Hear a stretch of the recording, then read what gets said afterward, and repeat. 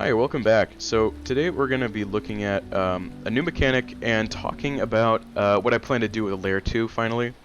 So originally for Layer 2, I wanted to have it be a beginning that splits to two paths that converges in one. And I still plan on doing that. However, the mechanics I planned for each side are a little different than what I initially planned. So for the right, I planned it to be poison, so you'd run into poison on the right side, and to the left side it'd be confusion. And I don't think I'm going to stick with confusion. Confusion, by the way, was reverse controls, I should mention that. And I will definitely get confusion later in the game, because that's a great mechanic to have. But I felt like it was kind of stupid, because the way I wanted to implement it was that you would touch like a part on the ground and it would like spray up poison or confusion gas, but it was so similar to poison I felt like I might as well just make a different way how you like get affected by it. So initially I was going to make like an orb that would just sort of fly back and forth, and if you get hit by it you would have confusion. But then I was like, that's kind of lame. I want it to home in on people. Oh, I fell and died. But yeah, and that led down a whole different path of thought. I was like, okay, well, at that point I might as well make it track on. And then I sort of got into the realm of AI, and that's led me down a whole path. So at the point I made my own AI. So here is a fairy, is what they're called, even though it doesn't look like a traditional one. He's got double horns, you know, bat wings, and he's just a big eyeball. But yeah, I made this mesh. It's a skin mesh, so it's all one part. And the animations are by a friend of mine named Raz. He's a very good animator, much better than me by every mean. And yeah, so this guy will lock on you and then start heading in your direction. More like where you're headed, not exactly where you are. But given the fact that it has to actually travel the distance, there's a delay. So let's say I was here moving in this direction. It's going to hit this point, but by the time it gets here, I'm already over here because, you know, travel time, and it doesn't actively update. So yeah, you're probably not going to get hit by it very often if you're like in a flat area like this, which will not happen in the game. But if you were, say, jumping like from here to here, you might get hit by in the middle of the air while you're trying to jump. I should mention, was thinking about lowering the speed, and I did for this part. The current speed is 80, and it feels pretty nice. It doesn't feel slow, so I may just keep it 80 just to make it easier. But I may keep it 100 just to make it more annoying. I'm not sure. I'll figure it out.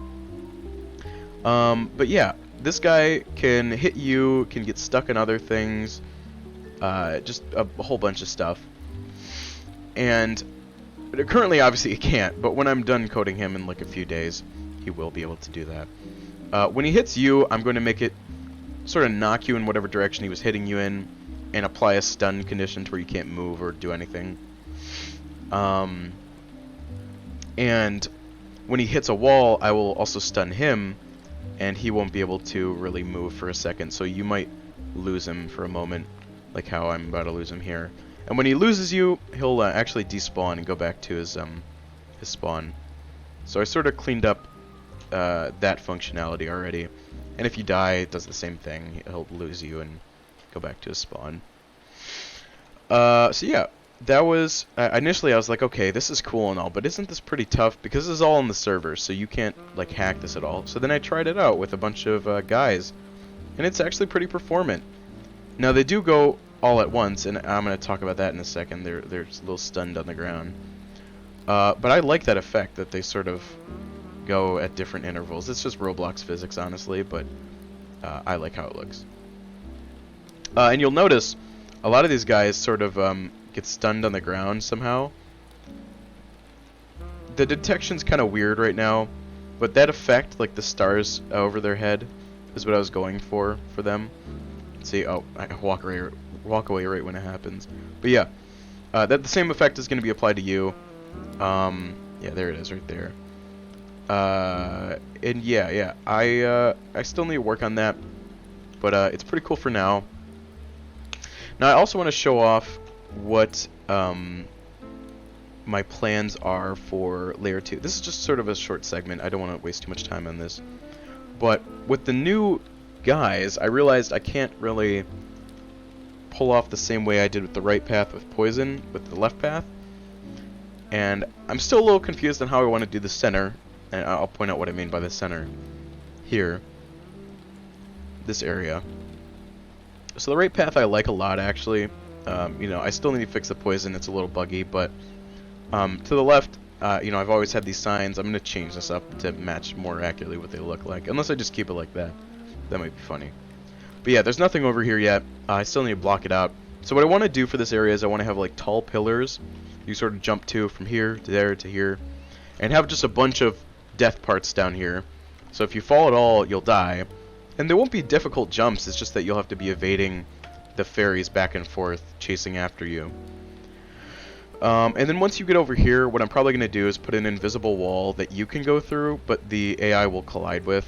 Oh, I fell past it. But yeah, this gate up there will have an invisible wall. Just so that they don't follow you to the other layer, or down here in the basement. Also, I should say, since they're all ran on the server, you and your friends both replicate the fairy. So your friend will see like you running away from the fairy, and they can also get hit while like it's chasing you. So if that happens, that's funny. Also, yeah, I mean, it's all run on the server. There is some network priority to the person being chased specifically, so they'll see a more fluid animation.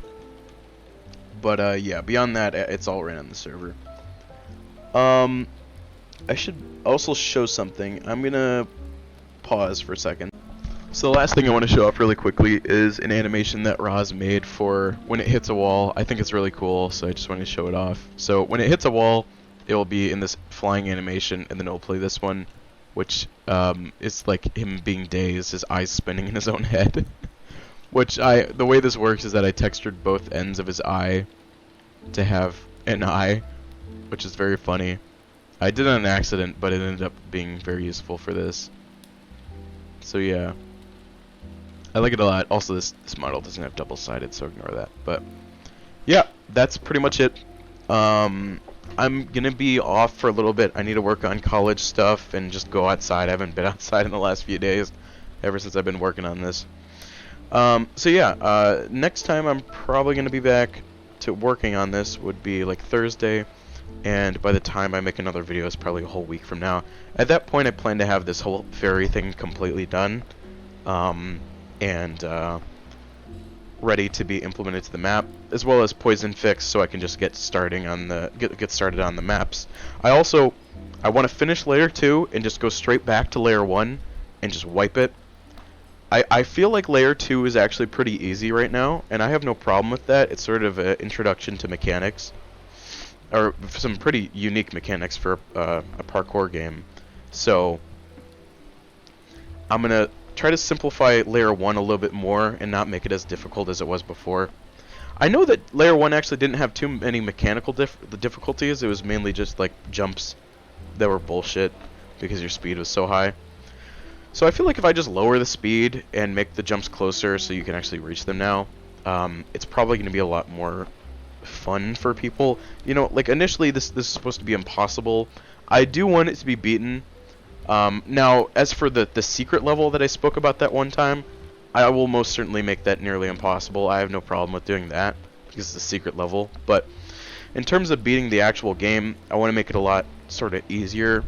And I know I have a baby mode planned with like checkpoints and all that, but again, I feel like making it, instead of difficult and short, I want to make it easier and longer. So you have to travel more distance for each layer, but it's not that difficult, I guess. You're just spending a lot of time traveling instead of dying over and over and over and over again, which will still be a thing in later levels, and especially the secret level. But yeah, that's my plans. Anyway, see ya.